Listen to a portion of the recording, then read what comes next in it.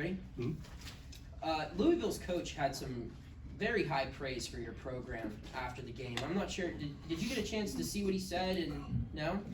Here, I'll have to pull up the quote for you. Someone else can ask a question because I would like your reaction to it.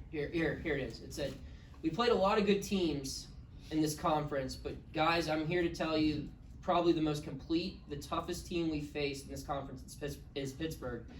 Tough fight, can score in multiple ways. They share the ball well. They talk on defense. When one guy is down," he basically just ranted for about 5 minutes about how good of a team you have. What's your reaction when you hear other coaches complimenting your group like that? I mean, it's cool. I don't really have much of a reaction. For me, I'm just trying to concentrate on us. I can't get into the opinion of what others think. If I do that, I got to worry about the other opinions too. So I just try to stay focused and locked in on what we have to do to get better. Speaking of concerns, what most concerns you about Florida State? Their size, their athleticism, their defense, their ability to pressure the basketball. Those things concern me. Obviously, they beat us last time we played them here. Their size gave us some problems. Hopefully we can shoot the basketball better, and hopefully we can defend better than we did last time. Were you able to go to school in that game a little bit? I mean, learn some things from that game? Yeah, we're able to learn stuff from all of them.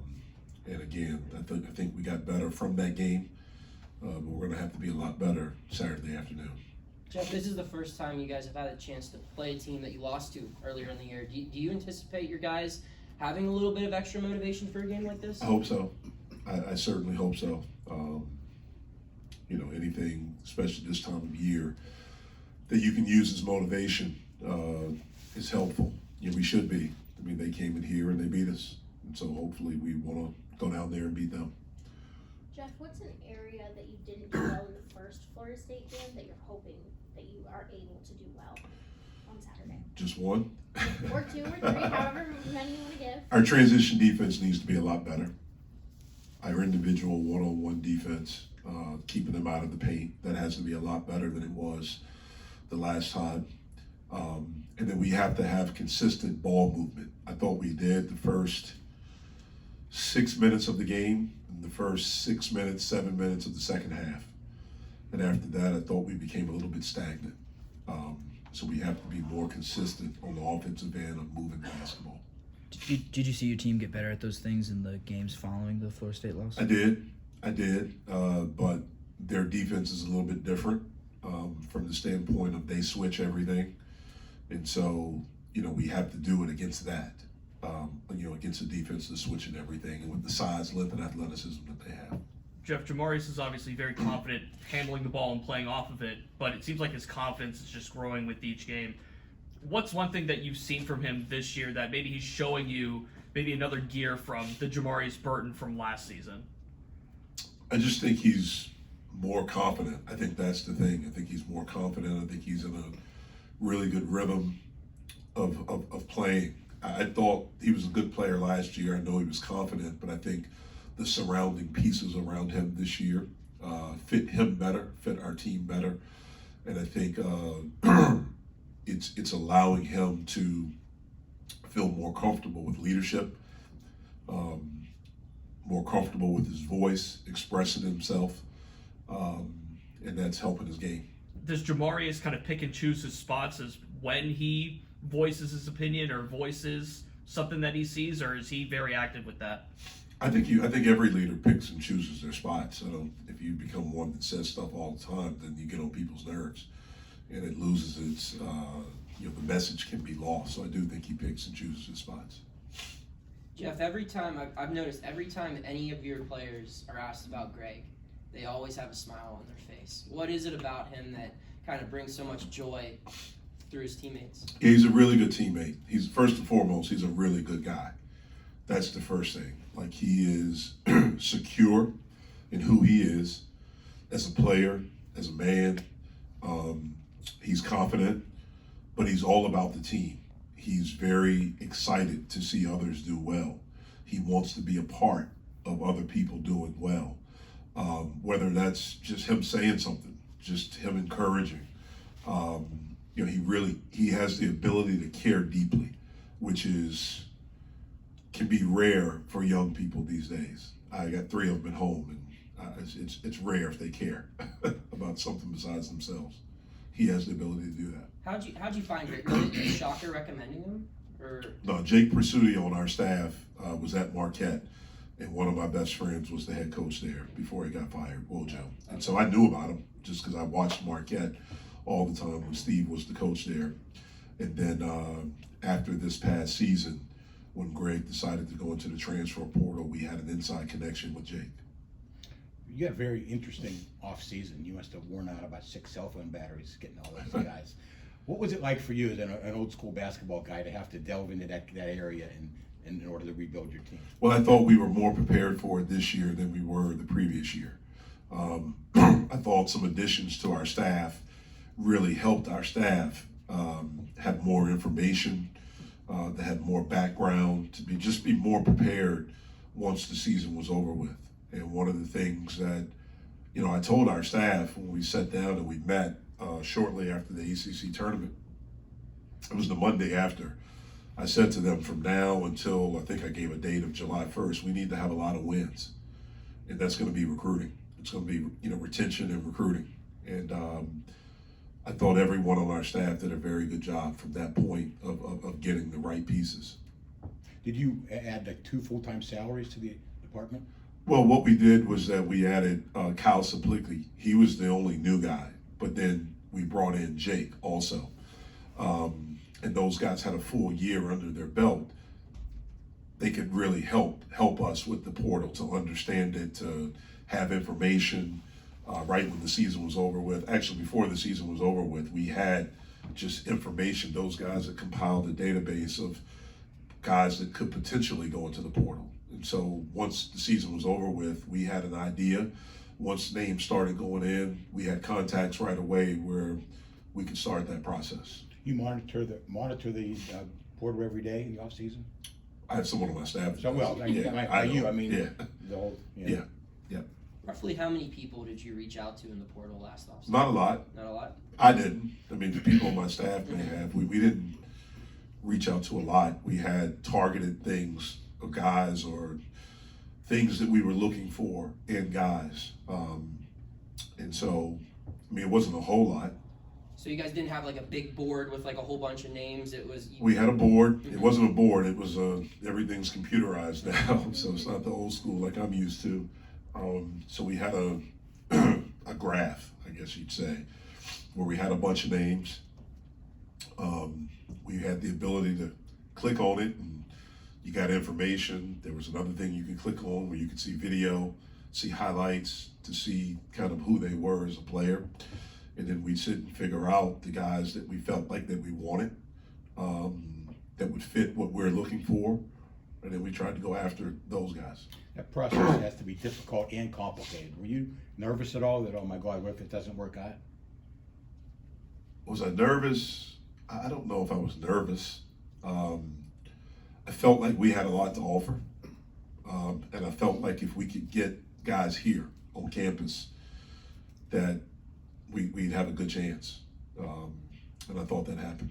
When you talk about getting guys here, I mean, what are some places, maybe not even on campus, but in the city that you use to show, you know, guys who are visiting here for the first time that, hey, this is a really cool place, you should consider. It's everything. It's just the city itself. It's everything. We just try to get them to feel Pittsburgh, you know, to feel campus, to feel the energy, and just to see it, because most people, like I did, have a perception of Pittsburgh. And when you get here, it's nothing like you kind of perceived it or you thought it would be. What was your perception of Pittsburgh before you got here? I thought it would be old steel, you know, just cloudy all the time. I just thought it would be that, really, to be honest with you. And it's, at least the places I go, it's nothing like that. It's really cool. It's beautiful, especially in the fall, spring, and summer. It's always something to do. You have, obviously, if you love sports, you have that year round.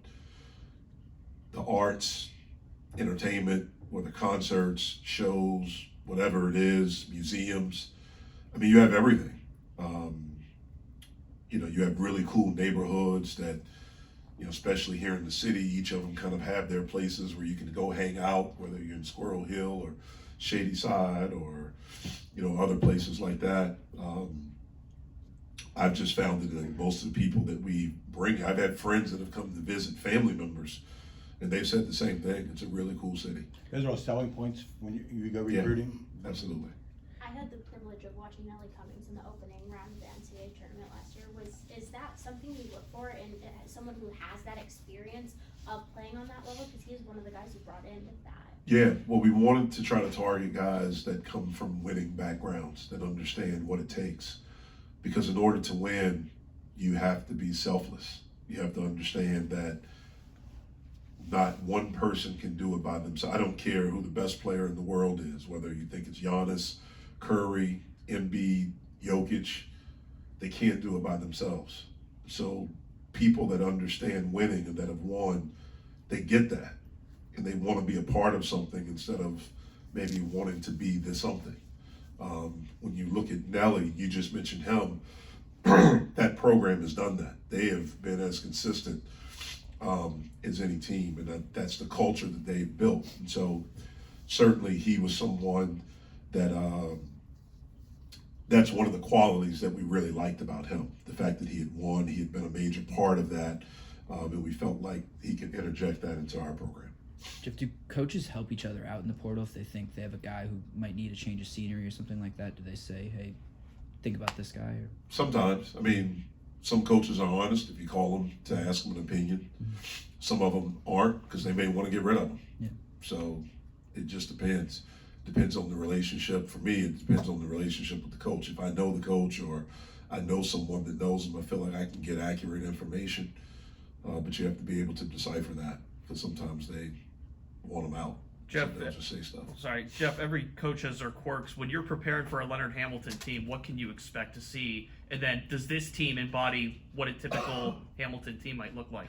Well, you know you're going to see length, athleticism, size, pressure, switching everything. It's a team that you can't run a particular offense against. You have to play offense. They take you out of, your plays with the way that they defend. Is this a typical team? No, because they have a lot of injuries. I think he probably feels like he had some guys that he thought would be back that turned pro. And then they were just hit with major injuries in the preseason. So they don't have the depth that they normally have. They normally play 11, 12 guys. They're not doing that. It's funny when you look at Florida State this year, they have some guys that are in like the top 10 in minutes played. I don't think it's been that way since I've been here. At times they've had their best players come off. I mean, Scotty Barnes came off the bench. Pat Williams came off the bench. And so they've had a lot of depth. They still have depth, but not like they've had because of those injuries. I'm guessing your Rolodex is pretty thick with coaches' phone numbers, isn't it? I don't talk to a lot of coaches. Oh, you don't? No, I don't talk to a lot of coaches. I Not have even some in the off friends. season? No, I don't talk to a lot of coaches. I have some friends that are in it, and I have some people I associate with, but not a lot. Is that intentional? It just is what it is. I don't think about it. Jeff, earlier this week, obviously LeBron became the NBA's all-time leading scorer. Do you have any memories of interacting with LeBron when he was a younger guy or anything like that? No, I never saw him in high school. I never saw him play. Saw him live. I saw him on TV. Obviously admired him from afar. My only interaction with him was a few times with USA Basketball. Obviously, I think he's a savant. He's brilliant. He's one of the best basketball players to ever play. And that that's something I never thought I'd see.